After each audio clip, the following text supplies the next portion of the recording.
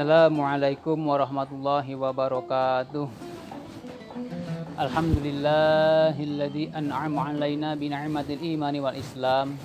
Asyhadu an la ilaha illallah wahdahu la syarika lahul malikul manan wa asyhadu anna Muhammadan abduhu wa rasuluhul mab'utsu ila kafatin insi wal jan. Allahumma sholli ala sayyidina Muhammadin khairil anam wa ala alihi washabihi ya khiyaratil bararatil kiram, amma ba'd. Alhamdulillah wa syukurillah bi qudratillah wa bi iradatillah wa bi idnillah, kita oleh Allah Subhanahu wa taala di bulan yang penuh dengan keberkahan ini, di bulan yang penuh ampunan ini, di bulan yang penuh dengan rahmat ini, kita masih diberi kesempatan oleh Allah untuk menjalankan ibadah puasa. Mudah-mudahan dengan ibadah puasa ini bisa meningkatkan keimanan dan ketakwaan kepada Allah Subhanahu wa taala. Untuk apa kita diperintahkan puasa oleh Allah Subhanahu wa taala?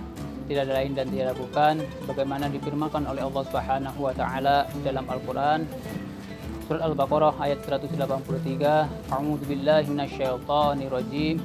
Bismillahirrahmanirrahim. Ya ayyuhalladzina amanu kutiba 'alaikumusiyam kama kutiba 'alal ladzina min qablikum la'allakum tattaqun. Al-ayah, shadaqallahul azim.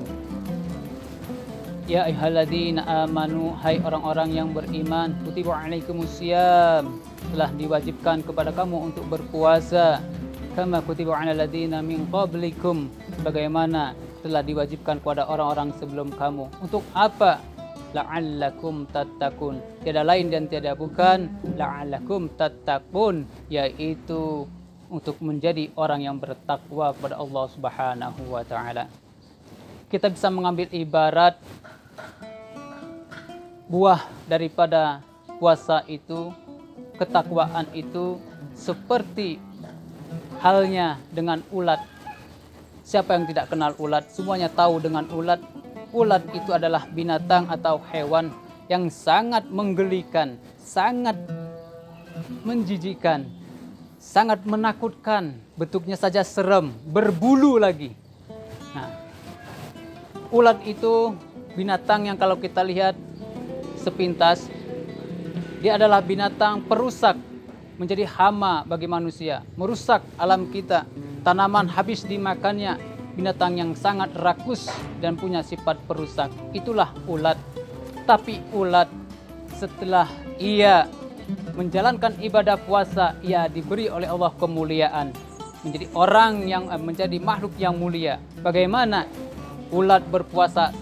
Ia menjadi kepompong, kemudian ia berpuasa di situ, kemudian bermetaposa menjadi kupu-kupu. Nah, itulah buah dari puasanya, dari sifat yang buruk tadi menjadi mulia karena ia berpuasa.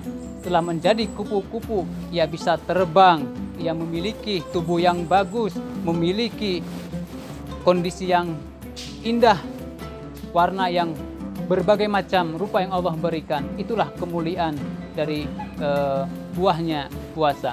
Begitu kita juga sebagai hamba Allah, di dalam diri kita banyak sifat-sifat perusak seperti ulat tadi. Mungkin banyak ada harta yang tidak halal kita makan. Mungkin ada sesuatu dari mulut kita, mata kita, telinga kita, mulut kita, lidah kita ini banyak melakukan perbuatan-perbuatan dosa. Mungkin juga kita banyak bermaksiat. Itulah seperti ulat tadi. Tapi ketika kita menjalankan ibadah puasa 40 hari, mudah-mudahan dengan ibadah puasa yang kita lakukan itu bisa meredam hawa nafsu kita sehingga kita menjadi mulia, menjadi orang yang bertakwa. Kalau orang sudah bertakwa berarti dia adalah orang yang mulia di sisi Allah Subhanahu wa taala. Seperti halnya ulat tadi. Mudah-mudahan dengan kita berpuasa ini kita menjadi mulia, dari mata kita, telinga kita, mulut kita, semua anggota tubuh kita, semuanya kita pakai untuk ketaatan kepada Allah Subhanahu wa taala, bukan untuk melakukan suatu perbuatan-perbuatan yang sifatnya destruktif atau sifatnya merusak lingkungan di sekitar kita. Allah tidak suka kepada orang-orang yang berbuat kerusakan. Nah, mudah-mudahan dengan kita ambil hikmah ibarat dari ulat tadi, kita bisa menjalankan ibadah puasa dengan sebenar-benarnya, dengan seyakin-yakinnya, dengan mengikuti aturan dan ilmunya. Mudah-mudahan ibadah kita diterima oleh Allah Subhanahu wa taala dan kita mendapat gelar muttaqin. Itulah tujuan kita berpuasa, tidak lain tiada bukan la'allakum tattaqun, supaya kamu menjadi orang-orang yang bertakwa di sisi Allah Subhanahu wa taala. Wallahu a'lam bishawab. Mudah-mudahan bermanfaat dengan kultum ini.